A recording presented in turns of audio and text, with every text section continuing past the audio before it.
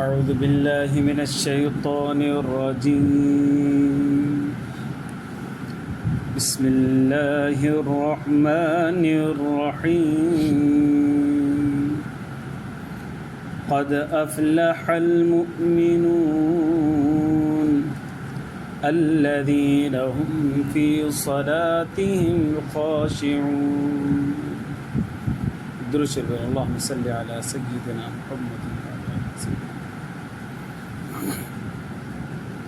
رب زدني علما وارزقني فهما سبحانك या मुअज़्ज़ज़ मुहतरम मुकर्रम मुजाहिद मुवहिद भाइयों दोस्तों बुज़ुर्गों,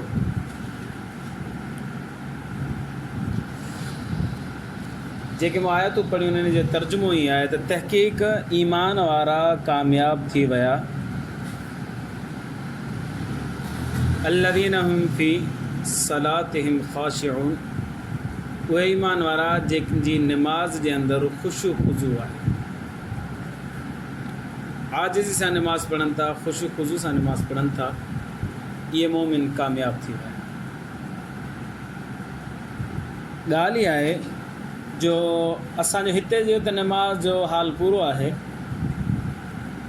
पर जॾहिं भले पार वञूं था त उते बि असांजो हाल पूरो आहे। अल्लाह खे बार बार मक्कतुल मुकरमा जी ज़ियारत नसीब फरमाए, मदीना मुनव्वरा जी ज़ियारत नसीब फरमाए। माण्हू उते बि नमाज़ ते वञनि था, हज करण या उमिरे ते वञनि था, त उते बि उन्हनि जो नमाज़ूं क़ज़ा थी वञनि। अहिड़ी मुक़दस जॻह जंहिंजे लाइ माण्हू सालनि जा साल रोईंदा रहिया, उन्हनि खे वञणु नसीब न थियो। अॼु जे दौर जे अंदरि माण्हू खे नसीब थिए थो, वञे थो, उतां सआदत हासिल नथो करे अचे, भले बदबख़्ती खयों अचे। छा आहे, हिकिड़ा दोस्त घुमण जे पोयां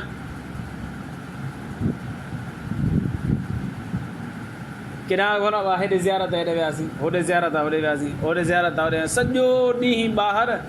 मक्कतुल मुकरमा जी नमाज़ नसीब न थी, मस्जिद हराम जी, मस्जिद नबवी जी, मक्कतुल मुकरमा जी नमाज़ पढ़ण सां 1 लख नमाज़ जो सवाब थो मिले जेको हिकु नमाज़ पढ़ंदो। ऐं मस्जिद नबवी में जेको नमाज़ पढ़े थो उनखे 50,000 नमाज़ जो सवाब मिले थो पियो। इन्हनि नमाज़ुनि खे असां छॾे हुते घुमंदासीं, हुते घुमंदासीं, हुते घुमंदासीं, हुते घुमंदासीं, सभु नमाज़ूं ॿाहिरि। इहा त नमाज़ पढ़ियूंसीं कोन, पढ़ियूंसीं त क़ज़ा करे छॾियूंसीं, पढ़ियूंसीं वक़्त सां पढ़ियूंसीं त पोइ जमा सां न पढ़ियूंसीं। इन खां वॾी का बदबख़्ती थी कोन थी सघे। हिकिड़ा दोस्त घुमण जे पोयां, हिकिड़ा दोस्त दावतुनि जे पोयां, ज़ियारतूं न पर दावतूं। अदा मुंहिंजा माइट ॻोठ जा हिते रहंदा आहिनि, हिकिड़े दावत कई, ॿिए दावत कई, टे दावत कई, वाह उते बसि छुटा। निमाज़ बाबा अची 5 जॻह ते पढ़ो, इहो बि कोन थींदो। हिकिड़ा उहे अलाह जा बाना जेके होटलनि ते सुता पिया आहिनि, बसि सिज लहे आराम सां, गर्मी ख़तमु थिए पोइ वेंदासीं, पोइ मग़रिब ते महिर अलाह ते अहसान कंदासीं, मग़रिब ते अची मस्जिद हराम या मस्जिद नबी में पुॼंदा, मग़रिब पढ़ियो इशा पढ़ियो, बसि वरी खोड़ थी वियो। अॼु जो मुस्लमान एॾो सुस्त ऐं काहिल ऐं ग़बी थी वियो आहे जो नमाज़ खे नमाज़ नथो सम्झे। हिते त नथो सम्झे पर हुते बि कोन थो सम्झे, भले पार बि नथो सम्झे। मस्जिद नबवी में जेको माण्हू 40 नमाज़ूं मुसलसल पढ़े थो पियो ऐं तकबीर उला सां पढ़े थो, अलाह सां हुनखे 3 इनाम नसीब करे थो। मां पाण अहिड़ा माण्हू ॾिठा, नमाज़ जे टाइम सुतो पिया वञे छुटो, या घुमण लाइ वेंदा। अव्हांखे घुमणो आहे न, फजर नमाज़ पढ़ो, हाणे सॼो घुमो ज़ोर ताईं 5-6 कलाक पिया आहिनि आराम सां घुमी घुमी घुमी घुमी घुमी घुमी तव्हां घणी ज़ियारतूं करे सघो था पिया। ज़ोर ते अची मस्जिद हराम में नमाज़ पढ़ो, मस्जिद नबवी में अची नमाज़ पढ़ो, ज़ियारतुनि जो टाइम मिली वेंदो। दावत आहे तव्हांखे, दावतुनि जो टाइम बि इहो टाइम तव्हां रखी छॾियो, और फजर खां वठी ज़ोर ताईं कंहिंखे दावत ॾिनी आहे त हिनखे दावत वञी हिन टाइम ते खाइणी आहे बसि। असर खां पोइ, ज़ोर खां पोइ वञणु, या असर खां पोइ वञणु, या मग़रिब खां पोइ वञणु, माना नमाज़ खे ज़ाया करणु। न माण्हू ज़ियारत ते निकिरे, न माण्हू दावत ते निकिरे, कॾहिं कॾहिं त नसीब थिए थो। अॼु ईमान वारनि जे अंदरि उहो जज़्बो ई कोन था ॾिसूं, इहा मुहबत ई कोन था ॾिसूं। अॻे माण्हू न अहिड़ा माण्हू ॾिठा नंढे हूंदे जेके थधो साह खणंदा, अलाह पंहिंजे घर जी ज़ियारत नसीब फरमा, महबूब जे दर जी ज़ियारत नसीब फरमा। हाणे घणी जेको 10 दफ़ा बि करे आयासीं, उन खां अहमियत ई कोन्हे दिलि में ईमान वारे जी। जी नबी सल्लल्लाहु अलैहि वसल्लम फरमाया जो मस्जिद नबवी जी नमाज में उनमें 40 नमाज़ूं पढ़े तकबीर ऊला सां पढ़े उनके 3 इनाम अल्लाह से नसीब फरमाए।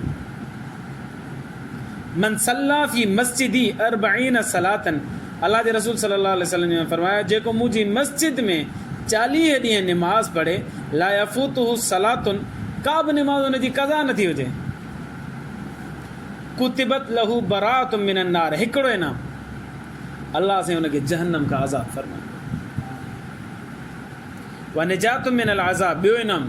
अल्लाह से दुनिया जे आज़ाब खां उनके महफूज़ फरमाए व बरिअ मिनन निफाक़ टियों इनाम अल्लाह से उनके मुनाफ़िक़त खां महफूज़ फरमाए। केॾियूं वॾियूं सआदतूं आहिनि जेकॾहिं हुते नमाज़ माण्हू पाव जमात सां पढ़े थो पियो ऐं 40 ॾींहं पढ़े थो मस्जिद नबी में ऐं मुसलसल 40 नमाज़ूं पढ़े थो पियो 8 ॾींहं लॻंदा 40 नमाज़ूं पढ़े थो अल्लाह तबारक व तआला उनखे जहन्नम खां बि निजात थो फरमाए दुनियावी अज़ाब खां परेशान खां बि निजात था फरमाए थो मुनाफ़िक़त खां बि महफ़ूज़ करे छॾे। इन करे अल्लाह साईं तव्हां ऐं असांखे बार बार उतां जी हाज़िर नसीब फरमाए पर पोइ कोशिशि कबी त नमाज़ मस्जिद हराम में या मस्जिद नबवी में पढ़ी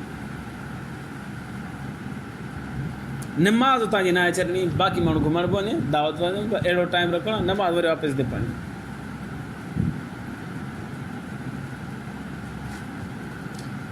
इलाही दोस्त हज ते वञनि था या उमिरे ते वञनि था त वीचारनि खे का ख़बर ई कोन्हे वरी पुछण जी तकलीफ़ बि नथा कनि कंहिंखां पुछी वठो त उमिरो थींदो कीअं हज थींदो कीअं हिकिड़ो दुआ सलाम वारो हितां वियो उमिरे ते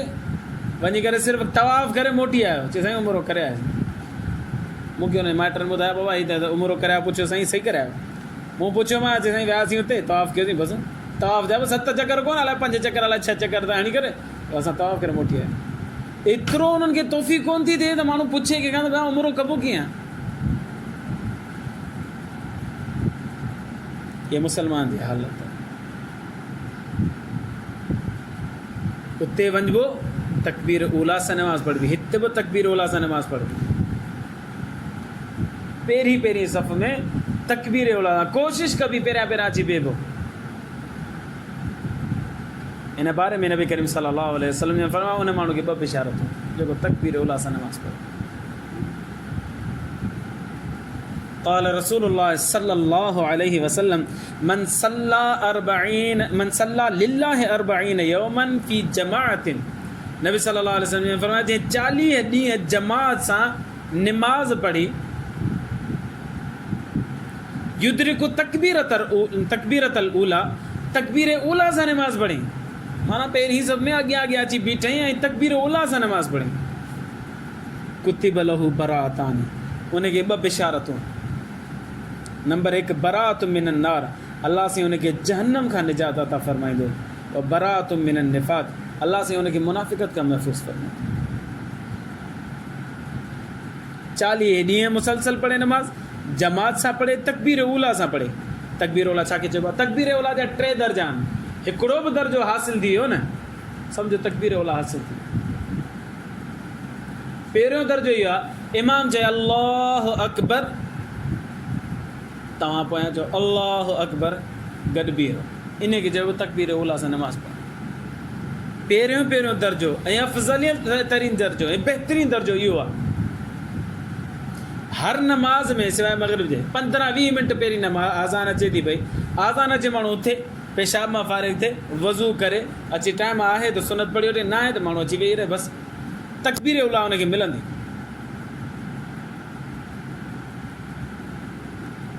ऐं जेकॾहिं बसि 10 मिंट पिया वञूं था 5 मिंट पिया वञूं था त पोइ तकबीर ओला कोन मिलंदी पोइ माण्हू ईंदो पोइ पेशाब कंदो पोइ वज़ू कंदो त हिकु रकात निकिरी वेंदी 2 रकातूं निकिरी वेंदियूं। कुझु दोस्त मुस्तक़िल मां ॾिसंदो आहियां जंहिंजी 1 2 3 4 रकातूं निकिरनि थियूं रोज़ाना असर में फजर में हीअं बूत करे ॾिसूं था न फजर में घटि पर असर में ॾिसां थो न कुझु दोस्त अहिड़ा आहिनि जिन ठीको खणी छॾियो आहे त माना रकात त निकिरे त पुॼणो आहे पोइ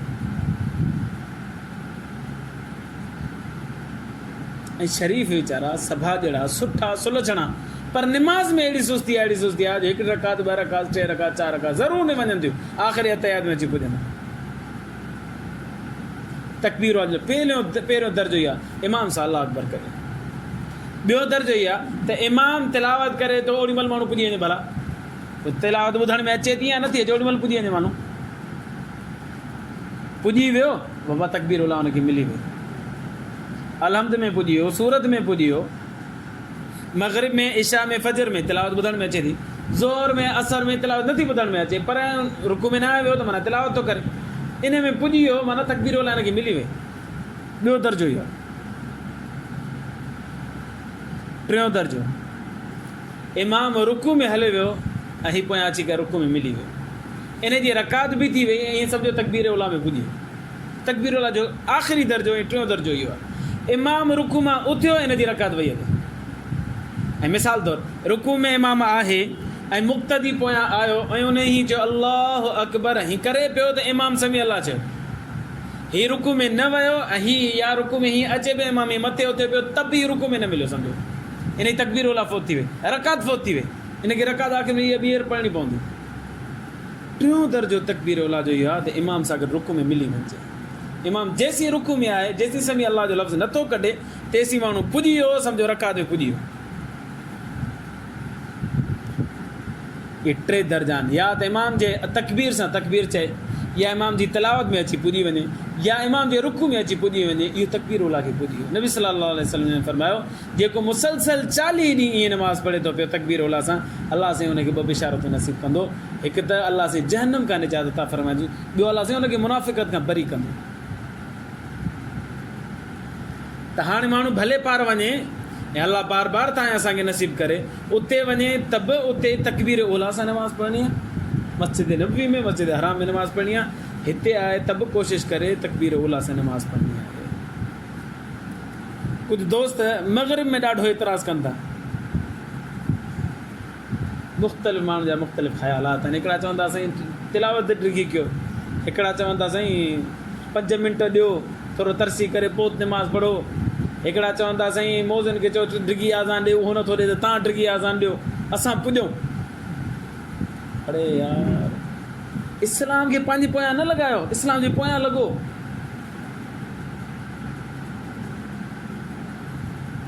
जेकॾहिं माण्हू इस्लाम खे पंहिंजे पोयां लॻाईंदो न पोइ हीअ 20 मिंटनि में बि ऐब कढंदो,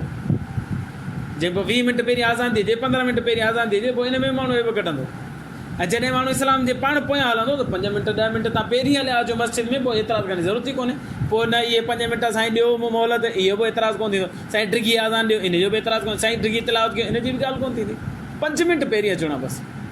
पर हू 5 मिंट पहिरीं नथा अचनि, मौलवी साहिब खे पाबंद करणो आहे, साईं 5 मिंट असांखे ॾियो।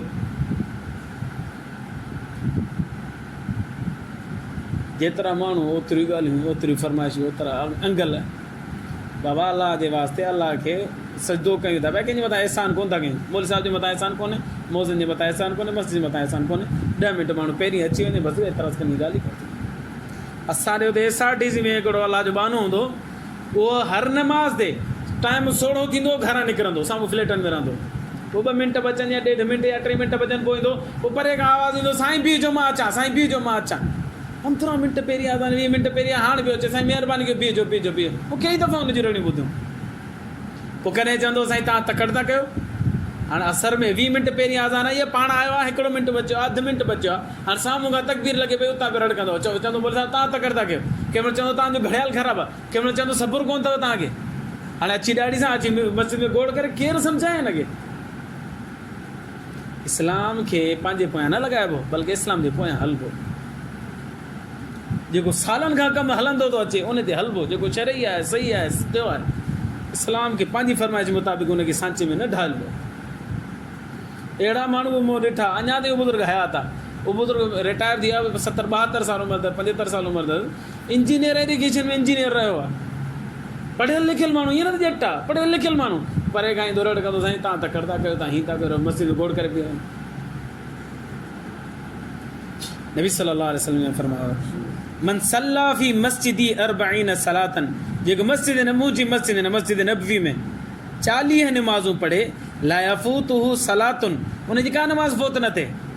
सभु नमाज़ूं तकबीर उला सां पहिरीं पहिरीं अची पढ़ी, कुतिबत लहू बराअतुम मिनन नार, उनखे अल्लाह साईं 3 बिशारतूं ॾिए थो पियो हिकिड़ी बिशारत इहा आहे त हुनखे अलाह साईं जहन्नम खां निजात फरमाईंदो व निजात मिनल अज़ाब अलाह साईं दुनियावी अज़ाब खां महफ़ूज़ फरमाईंदो व बरी मिनन निफ़ाक़ अलाह साईं मुनाफ़िक़त खां महफ़ूज़ फरमाईंदो। इहो थियो भले पार जो कमु मस्जिद नबी जो कमु। हिते दुनिया जे अंदरि नबी सल्लल्लाहु अलैहि वसल्लम फरमायो जे पंहिंजे पंहिंजे मक़ाम ते पंहिंजी जॻह ते मन सल्ला लिल्लाहि अर्बईन यौमन फ़ी जमाअतिन जे 40 ॾींहं निमाज़ पढ़ी ऐं मुसलसल तकबीर उला सां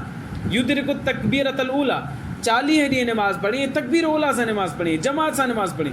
कुतिबत लहू बराअताने उनखे 2 परवाना नसीब थियनि था पिया बराअतु मिनन नार जहन्नम खां निजात व बराअतु मिनन निफ़ाक़ मुनाफ़िक़त खां महफ़ूज़। अल्लाह खां दुआ आहे अल्लाह असांखे निमाज़ुनि जी क़दुरु करण जी तौफ़ीक़ अता फ़रमाए तकबीर उला सां पहिरियां सफ़ में अची पढ़ण जी तौफ़ीक़ अता फ़रमाए। आख़िर दावाना अनिल हम्दुलिल्लाह अल्लाहुम्मा लकल हम्दु।